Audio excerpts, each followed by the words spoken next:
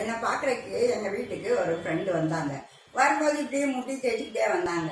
நான் உடனே மெல்லமாக கேட்டேன், என்ன கார் கண்ணாடி கையில் இடிச்சிருச்சா அப்படின்னு. உடனே என்ன ஜோசியம் பார்த்த மாதிரி சொல்கிற அப்படின்னாங்க. வேற ஒன்றும் இல்லைங்க, இப்போ புதுசாக வந்திருக்கிற எல்லா கார்லேயுமே முந்தின அம்பாசிடரில் தான் அப்படி இருக்காது. எனக்கு தெரிஞ்சு ஒரு 10-15 வருஷமாகவே எல்லா கார்லையும் இப்படி சைடு கண்ணாடி ஓரளவுக்கு இப்படி இருக்கும். இப்போ நல்லாவே இப்படி விரிஞ்சு இருக்குது. அதை புரிஞ்சுக்கிடாம காரை ஒட்டி நடந்து போகிறது, அப்புறம் அவங்க கார் கண்ணாடி இடிச்சோன்னா அவங்கள போட்டுட்டு ஒரு மாதிரி திட்டுறது வந்து ரொம்ப தப்புங்க.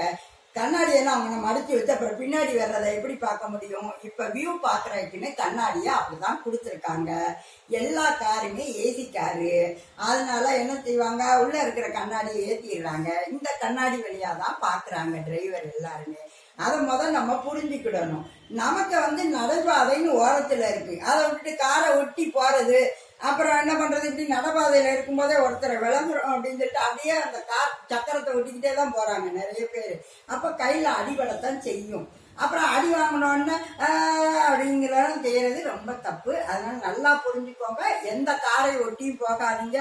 கிட்டத்தட்ட பைக்கை ஒட்டி கூட போகாதீங்க. பைக்லேயும் இப்படி சைடு கண்ணாடி உங்களை இடிக்கிறதுக்கு சான்ஸ் இருக்கு. நடக்கிறீங்களா ஓரமா நடந்து போங்க, அதுதான் ரொம்ப நல்லது. நல்லா கவனம் வச்சுக்கோங்க. கார்காரங்க மேல தப்பே கிடையாது.